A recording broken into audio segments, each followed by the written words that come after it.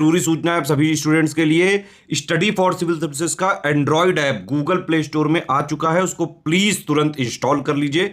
और अगर आप स्टडी फॉर सिविल सर्विसेज के सिर्फ ऐप से कोई भी कोर्स, कोई भी पीडीएफ परचेज करते हैं तो उसमें अप्लाई कूपन, अगर आप ज्ञान सर जो है आप उसमें अप्लाई करते हैं, ये कूपन कोड है, तो उसमें 20% फीस तुरंत माफ हो जाएगी, मतलब 20% डिस्काउंट तुरंत उसमें लग जाएगा। ज्ञान सर लिखना है, नॉर्मली ज्ञान सर स्मॉल लेटर में है सब कुछ, कोई स्पेस नहीं, कोई कॉलम नहीं, सिर्फ ज्ञान सर, GYANSIR। इस तरह से अगर कूपन कोड लगाते हैं आप ऐप में बाई करने से पहले, जो अप्लाई कूपन वाले में आता है, तो 20% का डिस्काउंट तुरंत मिलेगा। वीडियो देखिए।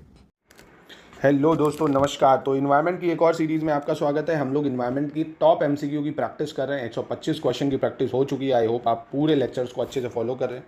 इसके बाद जैसे ये 500 एमसीक्यू खत्म होंगे ना, आपके लिए मैं साइंस के लेके आऊँगा, ठीक है। साइंस की टॉप एमसीक्यू करेंगे, क्योंकि एक लेक्चर चल रहा है हमारा मिसलेनियस का। बाकी पेड ग्रुप में हमारे डेली इनिशिएटिव में ये सब आपको मिल रहा है। अगर आप पेड ग्रुप ज्वाइन करके इंटीग्रेटेड तैयारी करना चाहते हैं तो टॉप एमसीक्यू, पूरा study material, paid quiz, test series, सब कुछ एक ही जगह मिल जाएगा और बहुत ही कम प्राइस में। आपने एक्सपेक्ट भी नहीं करो, कोई लाखों रुपए चार्ज नहीं, कोई हज़ारों रुपए चार्ज नहीं, बहुत कम दाम में। हमारे नए ग्रुप से जुड़ के आप बहुत ही कम दाम में नई तैयारी कर सकते हैं। एकदम फ्रेश बैच चालू हुआ हमारा, फिर से एक नया बैच, ठीक है। चलिए, तो 126 कह रहा है, निम्नलिखित में से कौन सा बाघ आरक्षित क्षेत्र 2 राज्यों में विस्तृत है? Which of the following tiger reserve is spread over 2 states? ठीक है, कान्हा, मानस, पेंच या सरिस्का? ठीक है, तो कौन सा है इसमें जो 2 राज्यों में? कोशिश करिए, अगर आपको पता हो। आसान है, बिल्कुल सही बताया आपने। पेंच नेशनल पार्क जो है, या पेंच टाइगर रिजर्व, वो एमपी और महाराष्ट्र 2 जगह बॉर्डर शेयर करता है। मतलब महाराष्ट्र से भी बॉर्डर शेयर करता है, महाराष्ट्र में भी आता है उसका आधा पार्ट। तो एमपी और महाराष्ट्र में आता है पेंच नेशनल पार्क। तो बात आती है भैया, कान्हा नेशनल पार्क कहाँ है, या कान्हा टाइगर रिजर्व, ये भी मध्य प्रदेश में। मानस टाइगर रिजर्व असम में अगर पूछ ले, और वही सरिस्का टाइगर रिजर्व जो है ये राजस्थान में। ये कहाँ पे? राजस्थान में, ठीक है, याद रखिएगा इसको। आगे बढ़ते हैं, आई होप आपको समझ में आ गया होगा ये। चलिए, वनों की कटाई प्रतिबंधित करने वाला विश्व का प्रथम देश कौन सा है? Which is the first country in the world to ban deforestation? ये स्टेप सबको उठाना चाहिए। आपने इस बार देखा गर्मी में कितना रिकॉर्ड तोड़ा है, बहुत गर्मी पड़ी है इस साल, रिकॉर्ड गर्मी पड़ी है ना। तो न्यूजीलैंड, जर्मनी, नॉर्वे या पोलैंड, किसने बैन कर दिया फॉरेस्ट को काटना, मतलब पेड़ों को काटना? नॉर्वे ने दोस्तों एक नया कानून बनाया जिसके तहत उसने ट्रीज़ को काटना, डिफॉरेस्टेशन को पूरी तरह से बैन कर दिया है, ठीक है। 128 कह रहा, photo period is the duration of light received daily and seasonally by living organism. It impact which of the following? Photo period क्या होता है? जो जीवित जीव होते हैं उनके द्वारा दैनिक और मौसमी रूप से प्राप्त प्रकाश की अवधि को फोटो पीरियड बोलते हैं, ठीक है। अब ये किसको प्रोवाइड करती है ये बताना है। पौधों में कलियों और फूलों को खुलने का समन्वय, coordination of opening of birds and flower of plants, स्तनधारियों का प्रजनन काल या the breeding time of mammals, पक्षियों का प्रवास चक्र या माइग्रेशन साइकिल ऑफ बर्ड्स। अब देखिए, ये सभी को प्रभावित करती है, इसका आंसर सभी होना चाहिए। भैया आपको पता है फोटो पीरियड जब रहेगा, जब कलियाँ खिलेंगी, फूल खिलेंगे, मौसम बनेगा, तभी तो ये बर्ड्स की साइकिल, माइग्रेशन जो माइग्रेट करती हैं वो इसीलिए तो आती हैं, नेस्टिंग करने आती हैं कहीं, है ना। तो ये सभी को इम्पैक्ट डालती है, ठीक है। 129, ध्रुवीय क्षेत्रों में छोटे आकार के जानवर दुर्लभ हैं। आखिर इसकी वजह क्या होती है? पोलर रीजन जो होता है, small sized animals are rare. What is the reason behind? देखा होगा आपने, जो नॉर्थ पोल, साउथ पोल, यहाँ पे बहुत छोटे छोटे साइज़ के जीव बहुत कम मिलते हैं। क्या कारण है इसका? बहुत ही मस्त सवाल है दोस्तों, आप स्टेटमेंट पढ़ोगे आराम से बता लोगे। Small animal have less fur than large size animal. छोटे जानवरों में बड़े आकार के जानवरों की तुलना में कम फर होते हैं, नंबर 1। ध्रुवीय क्षेत्रों में वनस्पति की कमी एक चुनौती है, क्योंकि छोटे जानवर मुख्य रूप से शाकाहारी होते हैं। Lack of vegetation in the polar region is a challenge as a small animals are primarily herbivorous. अब ऐसा तो आप बताइएगा है कि नहीं। छोटे जानवर आसानी से अपने बड़े समकक्षों के शिकार हो जाते हैं और इस प्रकार उनकी आबादी नहीं बढ़ पाती है। Small size animal easily fall prey to their large counter parts and thus their population can not flourish. कौन सा सही है दोस्तों, बताइए। अब दोस्तों देखिए, इसका आंसर हो जाएगा none of the above. None of the above क्यों हो जाएगा? देखिए, अगर आप हाथी को देखोगे, बहुत बड़ा होता है हाथी और सिर्फ अपने 4 पैर रखता है, और वहीं चूहे को देख लो, पूरा छोटा सा है पर पूरा ज़मीन पे ही रहता है। तो चूहे, कीड़े मकोड़े ये सब आपको पोलर रीजन में नहीं मिलेंगे। कारण यही होता है क्योंकि इनका जो सरफेस एरिया होता है वो ज़्यादा होता है उनके वॉल्यूम की तुलना में। मतलब होते वो टिंगू से हैं पर पूरी ज़मीन पे रहते हैं, इसलिए ज़मीन पे रहेंगे तो उनको हीट ज़्यादा लिबरेट करनी पड़ती है, और हीट वो खुद से लिबरेट नहीं कर पाते, वहाँ के तापमान पर निर्भर करता है ये सब। और वो होता है ठंडा, इसलिए ज़्यादा हीट नहीं निकाल पाते हैं, मर जाते हैं। इसलिए ठंडी जगहों पर ये कारण होता है जो नहीं पाए जाते हैं, ठीक है। चलिए नेक्स्ट क्वेश्चन पर चलते हैं। राष्ट्रीय वन्यजीव बोर्ड के संदर्भ में सही कथन का चयन करना है। With reference to National Board for Wildlife choose the correct statement, कौन सा स्टेटमेंट सही है। इसका गठन वन्य जीव संरक्षण अधिनियम 1972 के तहत हुआ था। It has been constituted under Wildlife Protection Act 1972। इसकी अध्यक्षता पर्यावरण, वन और जलवायु परिवर्तन मंत्री करते हैं। It is headed by Ministry of Environment. दूसरा, सिफारिश केंद्र सरकार के लिए बाध्यकारी हैं। Its recommendation are binding on Union Government. ठीक है, तो देखिए दोस्तों, इसका अगर देखें National Board for Wildlife, ये बना था वाइल्ड लाइफ प्रोटेक्शन एक्ट 1972 के द्वारा। और दूसरा दोस्तों, it is not headed by Ministry of environment, it is headed by prime minister, है ना। पीएम खुद इसको हेड करता है ना, अध्यक्षता उसकी प्राइम मिनिस्टर ही करता है। और बाकी इसकी जो रिकमेंडेशन होती है वो बाइंडिंग नहीं होती है। ठीक है, यानी पहला स्टेटमेंट बिल्कुल सही हो जाएगा। चलिए आगे बढ़ते हैं, 131 नंबर पे आ जाते हैं हम लोग। वन्य जीव एवं वनस्पतियों की लुप्तप्राय प्रजातियों के अंतर्राष्ट्रीय व्यापार पर कन्वेंशन, जिसको साइट्स कहते हैं, इसमें सही क्या है। With reference to the convention on international trade in endangered species, convention on international trade in endangered species of wild fauna and flora, जिसको साइट्स बोला जाता है। Choose the correct statement. It aims to, इसको सही करने दो, अलग कर लो इसको, इंश्योर इंटरनेशनल ट्रेड। ठीक है, इसमें थोड़ा स्पेस कर लो, थोड़ा पास लिखा होगा तो काफ़ी ज़्यादा अजीब लग रहा होगा। इंश्योर है ये, international trade in specimens of wild animal and plant does not threaten their survival. Hindi में कहें तो इसका उद्देश्य ये सुनिश्चित करना है कि जितने भी जंगली जानवर और पौधों के नमूनों में अंतर्राष्ट्रीय व्यापार उनके अस्तित्व को खतरे में नहीं डाले, नहीं जो स्मगलिंग करते हैं रेयर एनिमल्स की, जैसे कछुआ वगैरह हुई की है। ठीक है, दूसरा, it was adopted under the aegis of United Nation framework convention on climate change, यानी UNFCCC। तो उपरोक्त दोनों इनमें से कोई नहीं, कौन सा इसमें से सही है ये बताना है। तो सिर्फ पहला वाला दोस्तों इसमें सही होगा, क्योंकि साइट्स को अगर आपने पढ़ा होगा तो इसको अडॉप्ट करा गया था 1963 में। जो काम करना इसने चालू करा था 1975 से। ठीक है, जितने भी देश होते हैं आपस में, इन देशों के बीच में एग्रीमेंट्स होता है। Not adopted under the aegis of, ये वाला गलत हो जाएगा। तो सिर्फ पहला सही है। ठीक है, साइट्स रेयर एनिमल की जो स्मगलिंग होती है उस पर ये प्रोहिबिट करता है। चलिए 132 देखते हैं हम लोग। निम्नलिखित में से कौन बाह्य स्थान संरक्षण विधियों का उदाहरण नहीं है। Which of the following is not an example of ex situ conservation model. तो ये तो आपने पढ़ा होगा, एक होता है एक्स सिटू, एक होता है इन सिटू, दो टाइप के होते हैं ना। कौन एक्स सिटू का एग्जाम्पल नहीं है ये बताना है। Botanical garden, zoological park, national park या ऑल ऑफ दी अबव। ठीक है, वनस्पतिक उद्यान, प्राणी उद्यान, राष्ट्रीय उद्यान या उपयुक्त सभी। तो दोस्तों देखिए, नेशनल पार्क जो होता है ये इन सिटू होता है। इन सिटू मतलब जहाँ पे जानवरों का घर होता है वहीं पे उसको कंजर्व करना। अब जानवर जंगल में रहते हैं, अब उसी जंगल को नेशनल पार्क बना दिया तो वो बन गया इन सिटू। एक्स सिटू मतलब जैसे जू है, चिड़ियाघर है, जानवर को जंगल से लाए चिड़ियाघर में डाल दिया, कंजर्व कर दिए, तो उसको एक्स सिटू बोलते हैं। ठीक है, तो ये सब एक्स सिटू के एग्जाम्पल है। नेशनल पार्क इन सिटू का एग्जाम्पल है। 133 देखते हैं। सूक्ष्म जीव जो है Aspergillus niger is used in the production of. सूक्ष्म जीव एस्परगिलस नाइजर का उपयोग डैश के उत्पादन में किया जाता है। मतलब किसको उत्पादन में इसका यूज़ करते हैं हम लोग। Acetic acid, citric acid, lactic या ब्यूट्रिक एसिड। तो दोस्तों एस्परगिलस नाइजर का यूज़ हम लोग करते हैं साइट्रिक एसिड को प्रोडक्शन में, साइट्रिक एसिड में। ठीक है, क्योंकि काफ़ी खट्टी चीज़ें इससे प्रोड्यूस होती हैं, तो याद रखिएगा इसको। चलिए 134 पे आ जाते हैं, 134 पे आ जाते हैं। कोरल के बारे में नीचे दिया गया कौन सा कथन सही है। Which of the following statement given below is correct about corals. Number 1, they are mainly found in tropical oceans and sea. ये मुख्य रूप से उष्ण कटिबंधीय महासागरों और समुद्रों में पाए जाते हैं। Coral reefs have greater biodiversity than tropical rain forest. प्रवाल भित्तियों में उष्ण कटिबंधीय वर्षावनों की तुलना में अधिक जैव विविधता होती है। तीसरा, most fishes lay eggs in coral colonies. अधिकांश मछलियां प्रवाल उपनिवेशों में अंडे देती हैं। ठीक है, कौन सा सही है फिर से पढ़िए एक बार अच्छे से। तो दोस्तों इसकी सारी स्टेटमेंट देखिए सही है। अगर आपको पता हो जितने भी ग्रेट बैरियर रीफ भी है जो ऑस्ट्रेलिया के पास, ये सब ट्रॉपिक्स ऑफ मतलब विद इन ट्रॉपिक्स मिलेंगी आपको, है ना। तो ट्रॉपिकल ओशन में ही पाई जाती हैं ये पहली चीज़। और बहुत ज़्यादा ये टेम्परेचर का वेरिएशन नहीं झेल पाती हैं ना, बहुत ही कोल्ड ब्लड 25 से 27 डिग्री में ही रहती हैं। जैसे इससे कम ज़्यादा होता है तो मरने लगते हैं कोरल्स, है ना। इनमें फिर अगर पॉल्यूशन ज़्यादा होगा, पानी में मिट्टी होगी, तो कोरल्स में जो छिद्र होते हैं उसमें मिट्टी जाने लगती है, तो भी वो मरने लगते हैं। क्यों? क्योंकि फोटोसिंथेसिस नहीं हो पाती, सांस नहीं ले पाते हैं, पोर्स से ही सांस लेते हैं अपने छेदों से, है ना। और इनकी बायोडाइवर्सिटी बहुत ज़्यादा होती है, ट्रॉपिकल रेन फॉरेस्ट से भी ज़्यादा। और जो अंडे हैं वो कोरल कॉलोनीज़ में, आपने देखा होगा ऐसे ऐसे पूरी कोरल कॉलोनीज़ बन जाती है जिस पर ग्रेट बैरियर रीफ बनी हुई है ऑस्ट्रेलिया की। ठीक है, तो सारे ही सही हैं। 135 देखते हैं। यूनेस्को के मैन एंड बायोस्फीयर प्रोग्राम के तहत भारत में डैश अंतर्राष्ट्रीय स्तर पर मान्यता प्राप्त बायोस्फीयर रिजर्व है।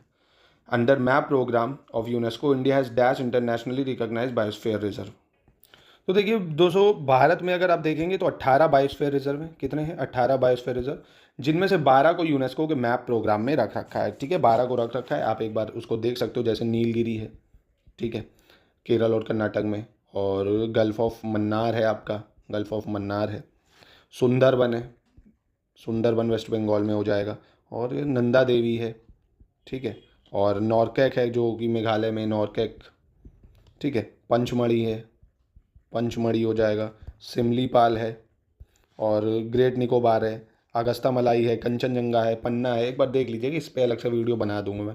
ठीक है, 18 बायोस्फीयर रिजर्व को लर्न कर लीजिए। एक बार पूछ सकता है आपसे कि 18 बायोस्फीयर रिजर्व कौन कहाँ पे, प्लीज़ एक बार इसको देख लेना। अगर बताओगे तो बहुत ही शॉर्ट 2 से 3 मिनट की लिस्टिंग बना दूंगा। ठीक है, तो अभी 12 है मैप प्रोग्राम में, याद रखना।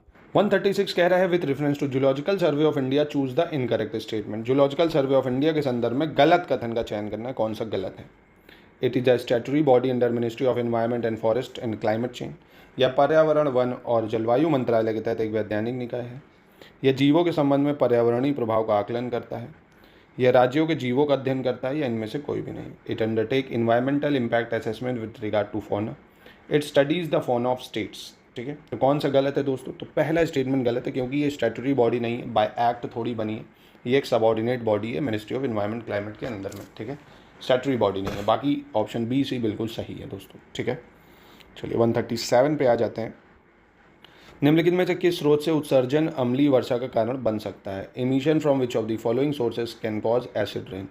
ज्वालामुखी यानी वॉल्केनोज, दलदल यानी स्वैम्प, महासागर में प्लवक यानी प्लैंकटन इन द ओशन, या ऑल ऑफ दी अबव।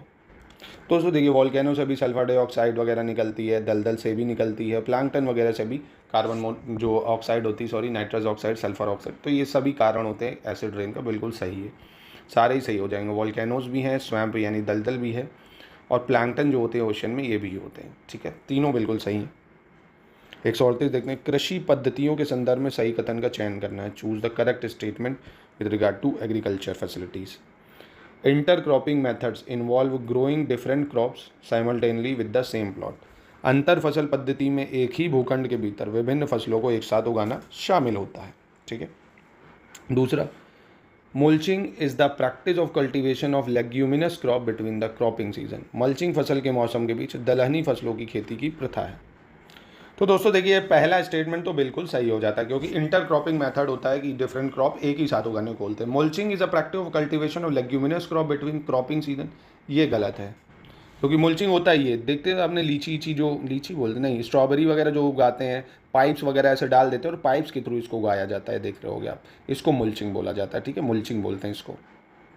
चलिए आपने नेक्स्ट क्वेश्चन पे बढ़ते हैं। पारंपरिक जल संचयन प्रणाली सुरंगम डैश में प्रचलित है। Traditional water harvesting system surangam is practised in. बहुत अच्छा सवाल है, एग्रीकल्चर से रिलेटेड है। सुरंगम की कहाँ पे होती है सबसे ज़्यादा प्रैक्टिस? लद्दाख, उड़ीसा, पश्चिम घाट या राजस्थान, कहाँ पर होगी? तो इसकी प्रैक्टिस होती है वेस्टर्न घाट में। सुरंगम की जो जल संचयन प्रणाली है सुरंगम, ये कहाँ पे प्रैक्टिस होती है? वेस्टर्न घाट में। आपको ये दिख रहा हो, ये देखिए, ऐसे सुरंग के थ्रू पानी आता है, जो केव्स के थ्रू ना उसको लिया जाता है। ये सब पश्चिम घाट में चलता है ना, जो बड़ी बड़ी केव्स हैं वहाँ के थ्रू से पानी लेके सिंचाई करते हैं, सुरंगम बोलते हैं इसको, वेस्टर्न घाट में। ठीक है, 140, किसी क्षेत्र में वर्षा के रूप में प्राप्त जल की कुल मात्रा डैश कहलाती है। The total amount of water received in the form of rainfall over an area is called. क्या कहते हैं भैया, जो टोटल अमाउंट रिसीव होता है? वर्षा जल संचयन की क्षमता, वर्षा जल बंदोबस्ती, वर्षा जल की क्षमता, या उपरोक्त में से कोई नहीं। Rain water harvesting potential, rain water endowment, rain water potential, या नन ऑफ द अबव। एक बार फिर पढ़िए, बताइए।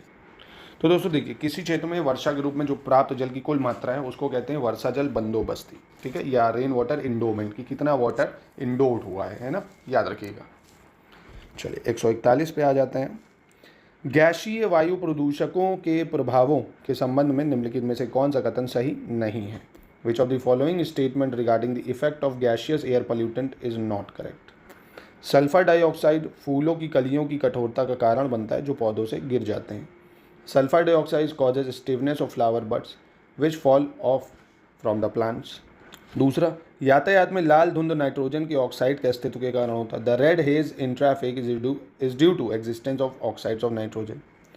तीसरा है, hydrocarbon pollutants are formed by incomplete combustion of fuel.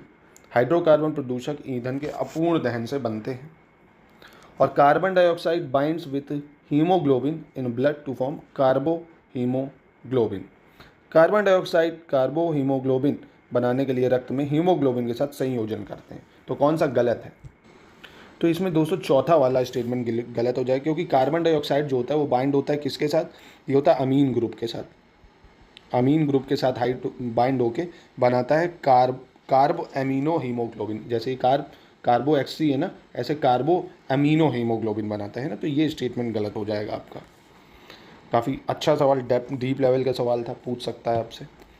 Which of the following microbes can be used as an insecticide? निम्नलिखित में से किस रोगाणु का उपयोग कीटनाशक के रूप में किया जा सकता है? दोस्तों आप देख रहे हो इस लेवल के क्वेश्चन, ऐसे ही सवाल आपको मिलेंगे और अब आप यहीं से अंदाज़ा लगाओ कि आपकी RO और UPPCS क्या इसकी तैयारी वाकई में अच्छी चल रही है। आप अगर ऐसे क्वेश्चन है अटैम्प्ट कर सकते हो कि नहीं, आपकी तैयारी अच्छी है कि नहीं। तो प्लीज़ इसको देखो अच्छे से। अगर नहीं है तो अभी भी आप हमारे स्टडी फॉर सिविल सर्विसेज के RO के ग्रुप से जुड़ के कंप्लीट तैयारी एकदम सिलेक्शन वाली कर सकते हो दोस्तों, ठीक है। तो इसको ध्यान रखिएगा। कह रहा कीटनाशक के रूप में किसका यूज़ किया जा सकता है? बैक्टीरिया, वायरस या फंजाई, ठीक है। तो तीनों ही का यूज़ कर सकते हैं दोस्तों। Microbes can be use as an insecticide. Bacteria है, वायरस है, फंजाई है, ठीक है। आसान सवाल रहे। 143 देखते हैं। कह रहे निम्नलिखित में से कौन नदियों में प्रदूषण का गैर बिंदु स्रोत नहीं है? Which of the following is not a non point source of pollutant in rivers? नगर पालिका का सीवेज ले जाने वाली सतही नालियाँ, surface drains carrying municipal sewage, कृषि क्षेत्रों से अपवाह run off from agriculture fields, बिना जले आधे जले हुए शवों को फेंकना, डंपिंग ऑफ अनबर्न्ड और हाफ बर्न डेड बॉडीज, चौथा धोबी घाट। बताइए। तो दोस्तों देखिए, पहला अगर आपको दिख रहा है surface drains carrying municipal sewage, नगर पालिका का सीवेज ले जाने वाली सतही नाली। अब डायरेक्ट सीवर बहा और डायरेक्ट नदी मिल गया, तो ये तो पॉइंट सोर्स हुआ ना। पॉइंट सोर्स वो होता है जो डायरेक्ट जाके मिल जाता है, और जो नॉन पॉइंट होते हैं जो दूसरे के थ्रू आते हैं। जैसे अभी पानी गया एग्रीकल्चर फील्ड में, एग्रीकल्चर फील्ड से वापस आएगा। ऐसे ही अधजली बॉडियाँ, डेड बॉडीज़ को डंप करा जाएगा। धोबी घाट ये भी क्या है, पहले आपने गंदगी करी, वो पानी में मिली, फिर वो पानी उधर गया, है ना, ऐसे। तो ये सब नॉन पॉइंट सोर्सेज होते हैं। पॉइंट सोर्स जो डायरेक्टली जाता है, बिंदु स्रोत है। चलिए 144 देखते हैं। झुलसा देने वाला राजस्थान का मरुस्थल, गहरे समुद्र की खाइयाँ, ऊंचे पर्वत शिखर और बदबूदार खाद के गड्ढे डैश के उदाहरण हैं। Scorching Rajasthan desert, deep ocean trenches, high mountain tops and stinking compost pits are example of आवास क्षेत्र, इकोटोन, जनसंख्या यानी हैबिटाट, रिलिम्स, इकोटोन या पॉपुलेशन। तो ये सब है दोस्तों हैबिटाट। हैबिटाट है ना हर तरह का, कोई डेजर्ट है, कहीं ओशन है, कहीं पहाड़ है, तो ये हैबिटाट है, रहने के स्थल, आवास। चलिए 145 आते हैं। प्रजातियों की विविधता में समृद्ध समुदायों को स्थिर समुदायों के रूप में माना जाता है। निम्नलिखित में से कौन स्थिर समुदायों की विशेषता नहीं है? Communities rich in species diversities are considered as stable communities. Which of the following is not a feature of stable communities? ठीक है। साल दर साल उत्पादकता में उच्च भिन्नता यानी high variation in productivity from year to year. विदेशी प्रजातियों द्वारा आक्रमण का प्रतिरोध, resistance to invasion by alien species. सामायिक मानव जाति गड़बड़ी का प्रतिरोध या resistance to occasional anthropogenic disturbance, या ऑल ऑफ दी अबव। तो मैं गारंटी देता हूँ 90% बच्चा इसको नहीं कर पाएगा। डीप लेवल का सवाल है, अच्छा सवाल है, पूछ सकता है RO मेंस में भी, UPPCS में भी।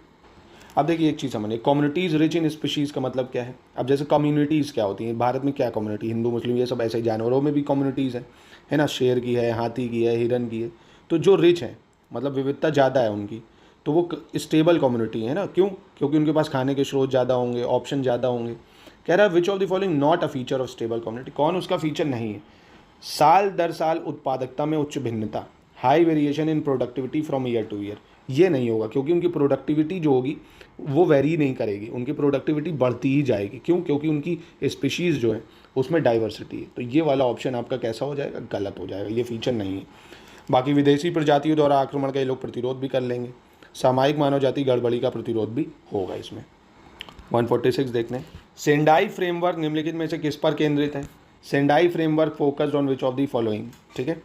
Reduction of green house gases, green house gases में कमी, राष्ट्रों के बीच खतरनाक कचरे की आवाजाही को कम करना, reduce movement of hazardous waste between nations, आपदा प्रबंधन जिसको डिजास्टर मैनेजमेंट कहते हैं, या नन ऑफ दी अबव। तो दोस्तों सेंडाई फ्रेमवर्क जो है फोकस करता है डिजास्टर मैनेजमेंट पे। किस पे करता है? डिजास्टर को कैसे मैनेज करा जाए, आपदा का कैसे प्रबंधन करा जाएगा। ठीक है। चलिए 147 आते हैं। निम्नलिखित में से कौन सा पारिस्थितिकी तंत्र का अजैविक घटक बनाता है? Which of the following form abiotic component of an ecosystem. तो अबायोटिक होता है, एक होता है बायोटिक, ठीक है, मतलब अजैविक, एक होता है जैविक। जैविक जिसमें जीव हो, जान हो। अब सूरज, पानी, मिट्टी ये सब कैसे हैं भैया? अजैविक हैं, अबायोटिक होते हैं। तो ये सभी अबायोटिक हो जाएंगे। इसका आंसर क्या हो जाएगा? अबायोटिक। किसी में जान नहीं कि मिट्टी में जाना, मॉइस्चर में जाना, टेम्परेचर में जाना है, किसी में नहीं। चलिए, प्रिडेशन की बात कर रहे हैं। इन प्रिडेशन या परभक्षण, क्या होता है परभक्षण? Both the species are benefits, दोनों प्रजातियों को लाभ होता है। एक को लाभ, एक को फ़ायदा होता है, दूसरे को नुकसान होता है। एक को लाभ होता है, दूसरा अप्रभावित रहता है, या इनमें से कोई नहीं। थोड़ा सा सोचिए दोस्तों, काफ़ी ज़्यादा इंपॉर्टेंट और आसान। अब देखिए, जैसे शेर है और ये हिरन है। अब हिरन भाग रहा है, शेर को मतलब शेर भाग रहा है हिरन को पकड़ने के लिए, खाएगा उसको, तो इसी को प्रेडेशन बोलेंगे, है ना, शिकार करना एक तरह से। अब इसमें किसको फ़ायदा हुआ है? शेर को या हिरन को, या दोनों को? तो शेर को हुआ ना, शेर ने इसको खाया, इसको क्या ही फ़ायदा हुआ? मुक्ति मिल गई। तो मतलब एक को फ़ायदा होता है, दूसरे को हार्म होता है, उसको बोलते हैं क्या? प्रेडेशन। और जहाँ दोनों को फ़ायदा होता है उसको क्या बोलते हैं? म्यूचुएशन बोल देते हैं। ठीक है, इस पर मैं एक अलग से वीडियो बताऊँगा आपको कि क्या होता है भैया म्यूचुएशन, सिम्बायोटिक रिलेशन, ठीक है, ये सब। निम्न में से कौन अवसादी जैव भू रासायनिक चक्र का उदाहरण नहीं है?